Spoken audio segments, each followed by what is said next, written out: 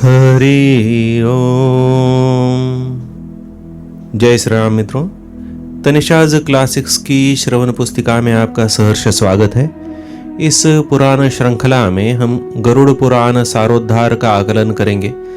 16 अध्यायों में वर्णित इस पुराण के बारे में बहुत सारी गलत धारणाएं हैं। आज के प्रथम प्रकरण में हम जानेंगे कि यह पुराण क्या है, सुनना चाहिए या नहीं, घर में रखना चाहिए या नहीं। सारी दुविधाओं का निराकरण इस प्रस्तुति में हो जाएगा। आइए प्रारंभ करते हैं। ओम नमो नारायणाय। नारायणं नमस्कृत्य नरं चैव नरोत्तमं देवीं सरस्वतीं व्यासं ततो जयमुदीरयेत्। जातस्य हि ध्रुवो मृत्युर्ध्रुवं जन्ममृतस्य च। अर्थात जो प्राणी जन्म लेता है उसकी मृत्यु निश्चित है। जन्म मृत्यु का चक्र ही हमारे सनातन धर्म का वैशिष्ट्यपूर्ण सिद्धांत है।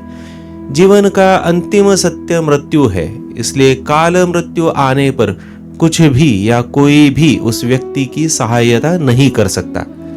नौषधम न तपोदानम न माता न च बांधवः शक्नुवन्ति परित्रातुं नरम कालेन पीड़ितम्।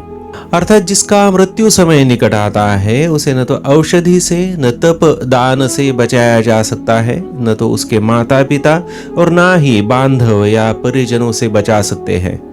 अर्थात मृत्यु को टाला नहीं जा सकता। तो हमें क्या करना चाहिए? गरुड़ पुराण में इन्हीं सभी तत्वों का वर्णन किया गया है। मरणासन्न व्यक्ति की अवस्था, उसके कल्याण के लिए अंतिम समय में परिजनों द्वारा करने योग्य कार्य तथा विविध प्रकार के दान आदि का निरूपण इसमें है। इसके साथ ही मृत्यु के बाद के कार्य, और्ध्वदैहिक संस्कार, पिंडदान, तर्पण, श्राद्ध, एकादशाह, सपिंडीकरण, अशौच आदि निर्णय, कर्म विपाक, पापों के प्रायश्चित इत्यादि का भी विवेचन किया गया है। यह तो हुआ मरणासन्न या मृत व्यक्ति के संदर्भ से किए जाने वाले कार्य का विश्लेषण। पर स्वस्थ मनुष्य को क्या गरुड़ पुराण पठन करना चाहिए और किस लाभ के हेतु, इसका भी समाधान करते हैं। इस पुराण में विभिन्न नरक, यम मार्ग, वैतरणी नदी, यम सभा, चित्रगुप्त का भवन, स्वर्ग, वैकुंठ आदि का वर्णन परिचय तो है ही, पर चारों पुरुषार्थ धर्म, अर्थ, काम, मोक्ष प्राप्त करने के विभिन्न साधनों का भी निरूपण किया गया है। सबसे आवश्यक है जन्म मृत्यु के अव्याहत चक्र से मुक्ति पाना। यह केवल आत्मज्ञान द्वारा प्राप्त हो सकता है। और इस पुराण में आत्मज्ञान किस प्रकार प्राप्त किया जा सकता है इसका भी विस्तृत वर्णन किया गया है। जो मनुष्य इसे सुनता है, चाहे जैसे भी इसका पाठ करता है, वह यमराज की भयंकर यातनाओं को तोड़कर पापों से मुक्त होकर स्वर्ग जाता है। यह पवित्र पुण्यदायी ग्रंथ सभी पापों का विनाश तो करता ही है, पर सुनने वालों की भी सभी कामनाओं का पूरक भी है।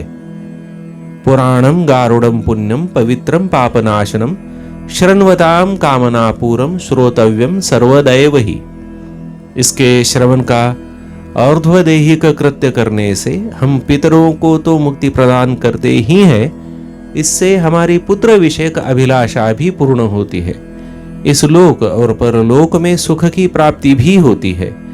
इस पवित्र प्रेत कल्प को सुनने और सुनाने वाला दोनों ही पाप मुक्त हो जाते हैं और कभी भी दुर्गति को प्राप्त नहीं करते।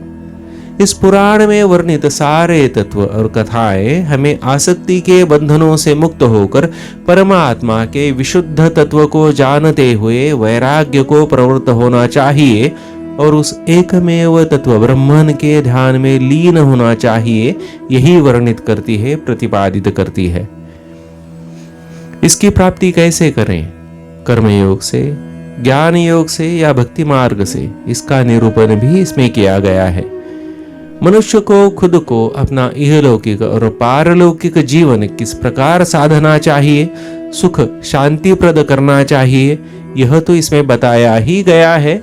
इसके साथ ही व्यक्ति के मृत्यु के पश्चात पुत्र पौत्र आदि परिजन किस प्रकार से अपने बिछड़े हुए प्रिय के उद्धार के लिए कार्य कर सकते हैं, उनके कर्तव्य क्या है, यह भी इसमें वर्णित है। इहलोक और परलोक के प्रवास का वर्णन पढ़ने के पश्चात अनायास ही अंतकरण विशुद्ध हो जाता है। मन में श्रद्धा और भक्ति जाग उठती है। प्रवृत्ति के मोह से छुटकारा पाकर मन निवृत्ति का ध्यान करने लगता है। यह लौकिक व्यवहार से किस प्रकार पारलौकिक लाभ या हानि होती है, यह जानने के बाद जीवन में किस प्रकार व्यवहार रखना चाहिए, इसका एक वस्तु पाठ हमें मिल जाता है। ऐसा ग्रंथ पठन श्रवण करना अशुभ कैसे हो सकता है। ऐसे पुण्यमयी ग्रंथ का श्रवण सबके लिए लाभदायक हो, यही प्रार्थना। लाइक और सब्सक्राइब ना किया हो तो जरूर कीजिएगा। इसके आगे हम पूर्ण गरुड़ पुराण सारोद्धार सुनने जा रहे हैं। धन्यवाद।